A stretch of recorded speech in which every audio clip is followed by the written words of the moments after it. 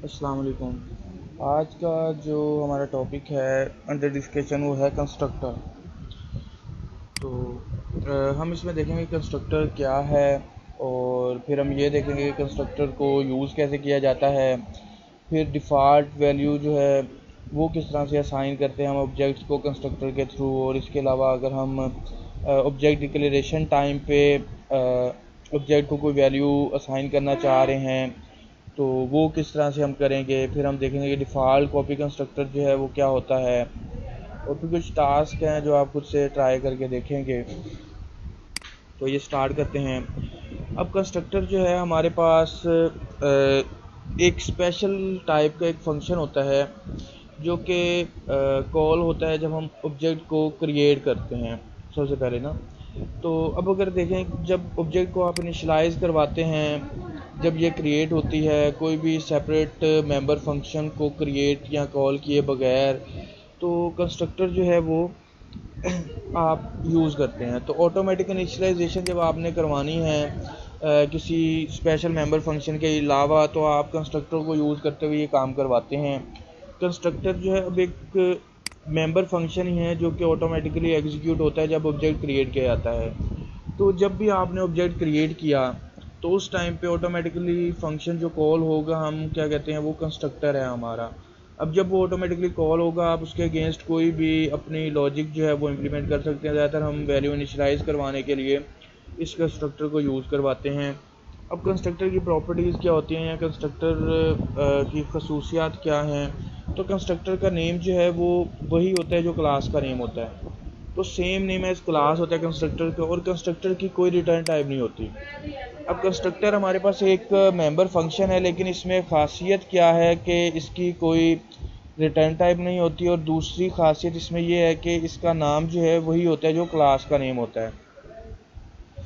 तो ये हमारे पास एक एग्जांपल है कंस्ट्रक्टर की, एक स्पेशल मेथड है। कंस्ट्रक्टर जो एक स्पेशल मेथड है जो कि ऑटोमेटिकली कॉल होता है। अब ये जो स्पेशल मेथड है इसकी प्रॉपर्टीज़ क्या क्या हैं कि एक, इसका नेम जो है वो क्लास का नेम होता है, दूसरा इसकी रिटर्न टाइप नहीं होती है। अब अगर हमने कंस्ट्रक्टर क्रिएट करना है तो हमें क्लास का नेम लिखना पड़ता है और उसके बाद हमें पैरेंथेसिस लगानी पड़ती हैं।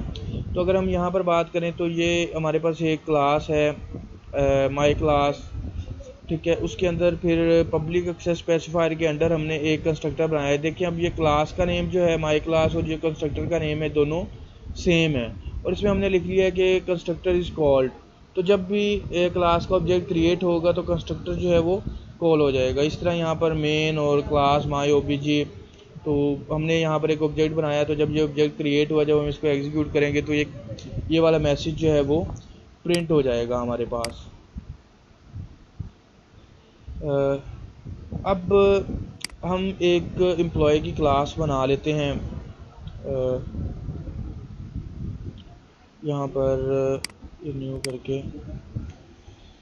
तो इसमें कुछ चीज़ें जो है ना मैं ये पढ़े हुए कोड से ही कॉपी कर लेता हूँ ताकि थोड़ा सा काम जो है वो आसान हो जाए।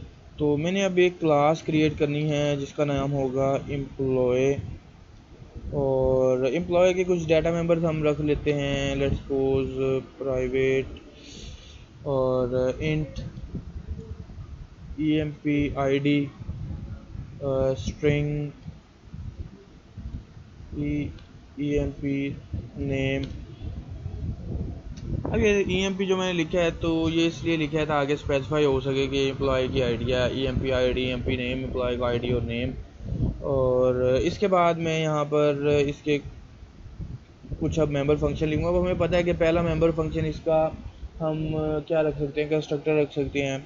तो कंस्ट्रक्टर का नेम क्या होगा, सेम एज क्लास नेम। तो मैं क्या कर लेता हूँ, मैं यहीं से ये क्लास नेम को कॉपी करता हूँ और यहाँ पर ला के पेस्ट करता हूँ, और उसके बाद हम क्या कर लेते हैं, पैरेंथेसिस लगा लेते हैं। और यहाँ पर अभी हम कोई वैल्यू असाइन नहीं करते इसको, अभी सिंपली हम क्या कर लेते हैं कि एक मैसेज प्रिंट करवा लेते हैं, एम्प्लॉय क्लास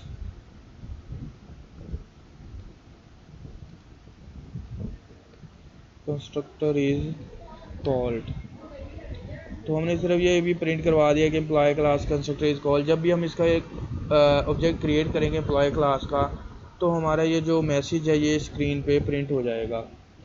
तो अब हमने मेन फंक्शन लिखा यहाँ पर इंट मेन, और इसके बाद अब हमें क्या करना है, हमें ऑब्जेक्ट बनाने एम्प्लॉय क्लास का तो E M P L O Y double employee और ई एम कर लिया।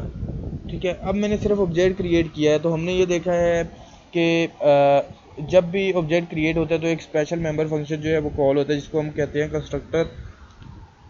तो वो देखते हैं कि कैसे कॉल हुआ है। तो अब हम इसको एम्प्लॉय डेमो के नाम से इसको स्टोर कर लेते हैं, और अब ये कंपाइल हो रहा है। ज़्यादा टाइम लगा रहा है, चलो वेट करो।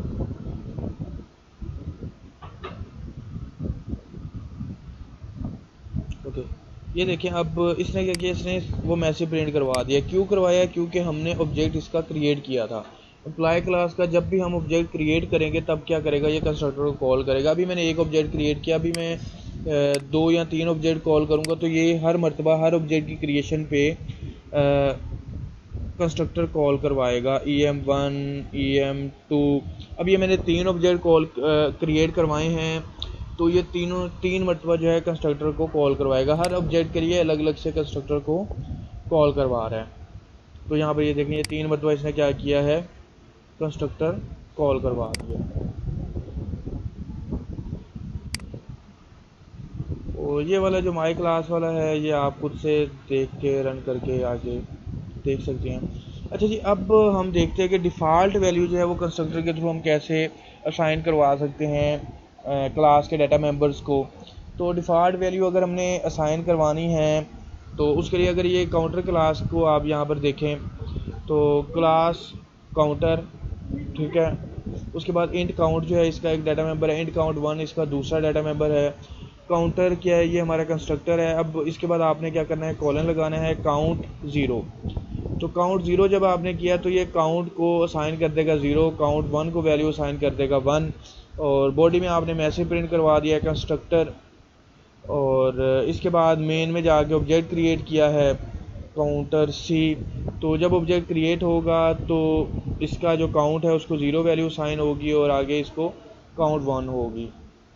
तो यही काम जो है हम अपने एम्प्लॉय वाली एग्जांपल के साथ करते हैं। तो एम्प्लॉय वाली एग्जांपल में हमारे पास तो एम्प्लॉय का आईडी है और उसका नेम है, और अब हम उसको डिफ़ॉल्ट वैल्यू जो है वो असाइन करवा के देखते हैं कि किस तरह से हम कर सकते हैं।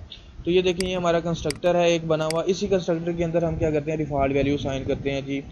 तो E M P I D, और आईडी जो है इंटीजर है तो यहाँ पर हमने इंटीजर वैल्यू दे दी इसको 1, और या इसको हम डिफ़ॉल्ट वैल्यू में 0 दे देते हैं। और इसके बाद हमें एम्प्लॉय नेम को वैल्यू देनी है, ई एम पी नेम कर दिया, और ये हमें स्ट्रिंग वैल्यू देनी है तो इसको हम कोट्स में लिख देंगे। नेम इसका कर देते हैं ABC, ठीक है। तो डिफ़ॉल्ट नेम जो है वो साइन हो जाएगा इसको इसी तरह ABNC। उसके बाद फिर एक मैसेज प्रिंट हो जाएगा। ओके जी, अब हमें क्या करना है कि जब हमने ये ऑब्जेक्ट जो हैं वो इसके क्रिएट किए तो हमारे पास क्या आएगा, employee class constructor is called का मैसेज जो है वो प्रिंट होगा। लेकिन अब हमें ये भी चेक करना है कि एम्प्लॉय की वैल्यूज़ क्या आ रही हैं। ठीक है, तो हम यहाँ पर सिंपली एक और फंक्शन बना लेते हैं, इसका मेंबर फंक्शन वॉइड डिस्प्ले। तो इसके अंदर हम क्या कर लेते हैं, हम एम्प्लॉय का डाटा जो है वो शो करवा लेते हैं, जिससे हमें पता लग जाए कि ये वैल्यूज़ क्या हैं इसकी। तो सी आउट करवा दिया हमने, इधर कहते हैं आईडी, और उसके बाद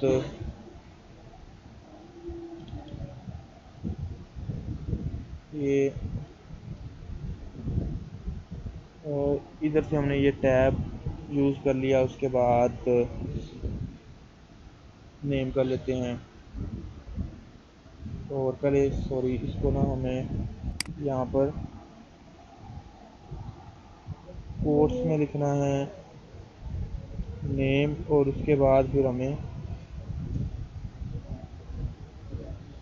यहाँ पर नेम, या इसको मैं इस तरह कर लेता हूँ, मैं E M P I D कर लेता हूँ, और उसके बाद ई एम पी नेम कर लेता हूँ।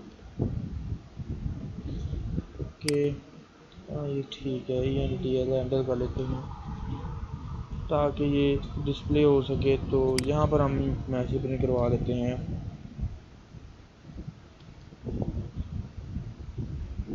एम्प्लॉय डिटेल्स और न्यू लाइन, और न्यू लाइन के बाद फिर हम क्या कर लेते हैं, यहाँ पर एक इस तरह से प्रिंट करवा लेते हैं। तो इसको अब की बार हम क्या कर लेते हैं, कोट्स में लिख लेते हैं। आईडी आ गया हमारे पास, और उसके बाद हमें यहाँ पर ये नेम जो है ये कोट्स में लिख लेना है ताकि प्रिंट हो जाए। उसके बाद हमने क्या कर लिया है, एंड लाइन कर लिया है।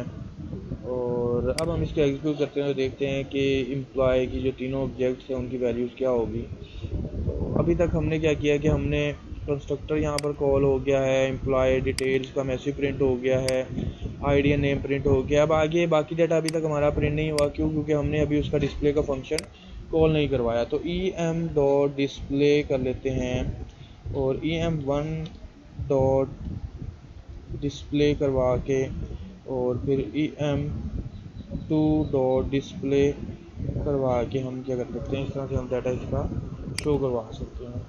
तो अब अगर हम यहाँ पर देखेंगे तो हमारा ये देखें, ये डाटा जो है अब डिस्प्ले हुआ है, लेकिन वैल्यूज़ जो हम ऑब्जेक्ट्स की देखें तो क्या है, डिफ़ॉल्ट हैं। तीनों की वही वैल्यूज़ हैं जो हमने कंस्ट्रक्टर के थ्रू उसको असाइन करवाई हुई हैं। जैसे 0 है ABC है, 0 ABC 0 ABC।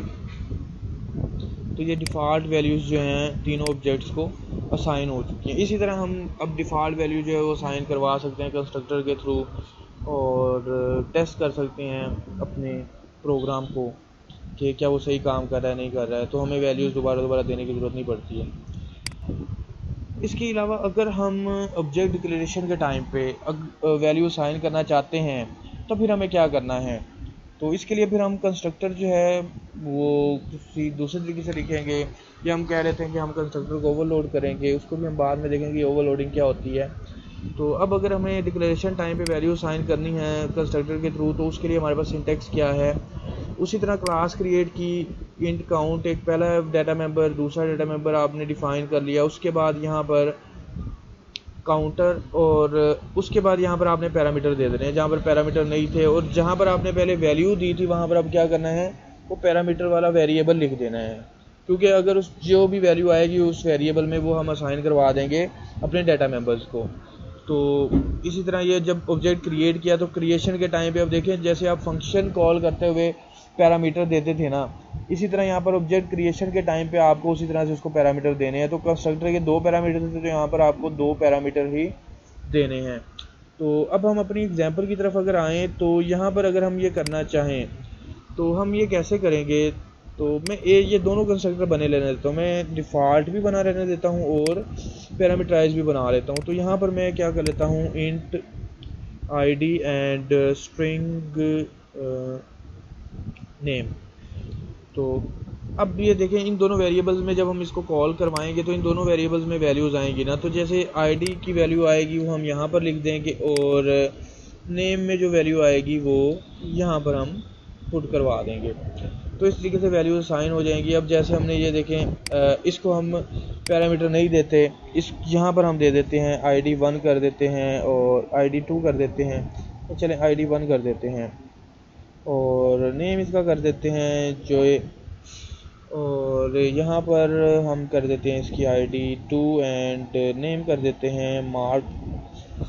तो अब हम इसको एग्जीक्यूट करेंगे तो em को तो डिफ़ॉल्ट वैल्यू असाइन होगी, क्योंकि यहाँ पर हमने पैरामीटर नहीं दिया तो डिफ़ॉल्ट वैल्यू कंस्ट्रक्टर कॉल होगा, यहाँ पर पैरामीटर वाला कंस्ट्रक्टर कॉल हो जाएगा।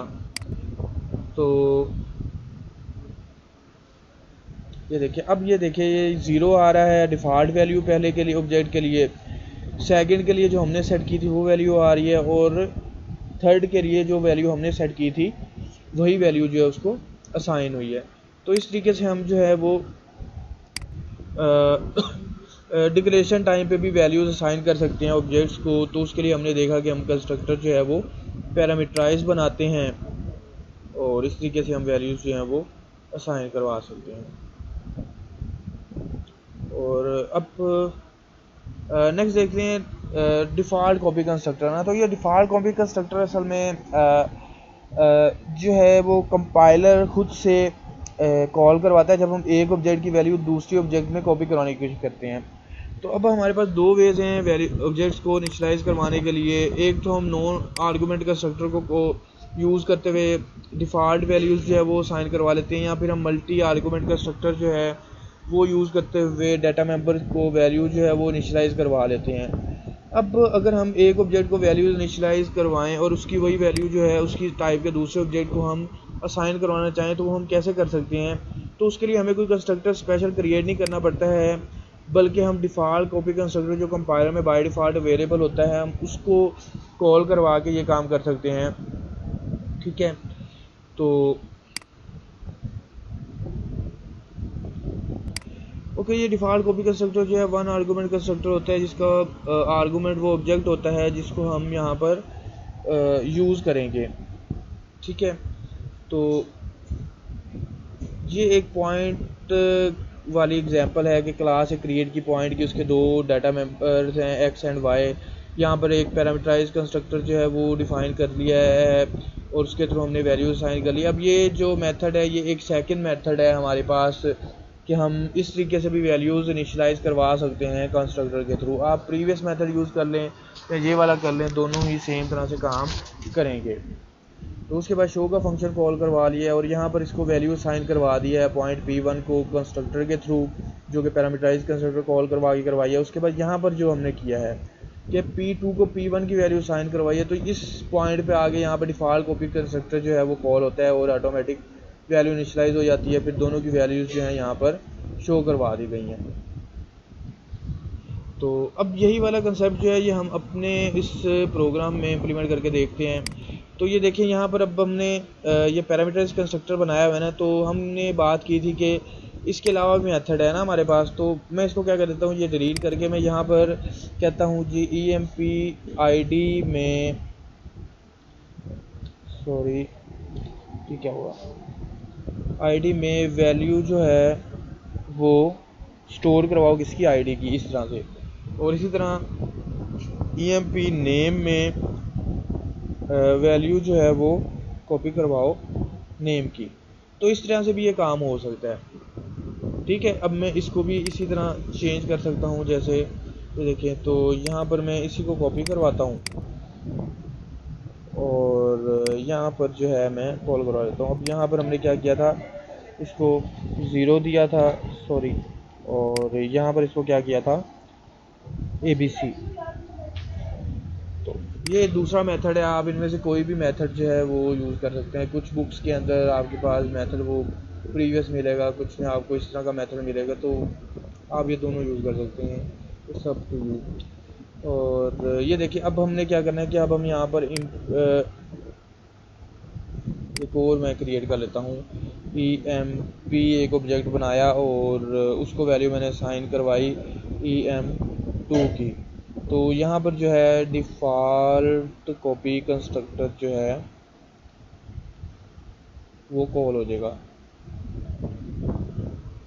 तो मैं अगर यहाँ पर emp शो करूँगा तो उसकी वैल्यू, अब देखें emp की हमने टाइप डिफ़ाइन नहीं की, तो यहाँ पर हमें टाइप भी डिफ़ाइन करनी पड़ेगी एम्प्लॉय emp। ओके जी, अब हम यहाँ पर देखते हैं क्या em2 की वैल्यू emp को असाइन हुई है या नहीं हुई।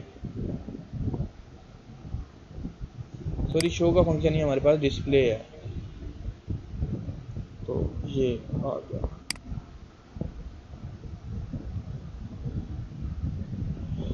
ये देखिए जी, अब ये हमारे पास जो emp था उसको भी उसने कौन सी वैल्यू असाइन कर दी है, जो em2 की थी। तो यहाँ पर हमने देख लिया कि डिफ़ॉल्ट कॉपी कंस्ट्रक्टर के थ्रू भी हम ये काम करवा सकते हैं, वैल्यू इनिशियलाइज करवा सकते हैं। इसके बाद यहाँ पर हमारे पास ये टास्क आ जाते हैं। तो पहला टास्क क्या है कि एक प्रोग्राम लिखना है जिसमें हमने एक क्लास क्रिएट करनी है जिसका नेम होगा कार नेम की क्लास क्रिएट करनी है। तो उसमें 3 डाटा मेंबर्स होंगे, मॉडल, पार्ट एंड पोस्ट। फिर आपने क्या करना है, model number, part name and cost जो है वो गेट करना है। फिर इन तीनों कार्स की इंफॉर्मेशन जो है वो कैसे आपने गेट करनी है, आप टेक का फंक्शन यूज़ कर लेते हैं। फिर डिस्प्ले का फंक्शन यूज़ करेंगे। डिस्प्ले के फंक्शन में आपने रिवर्स ऑर्डर में उसको डिस्प्ले करवाना है।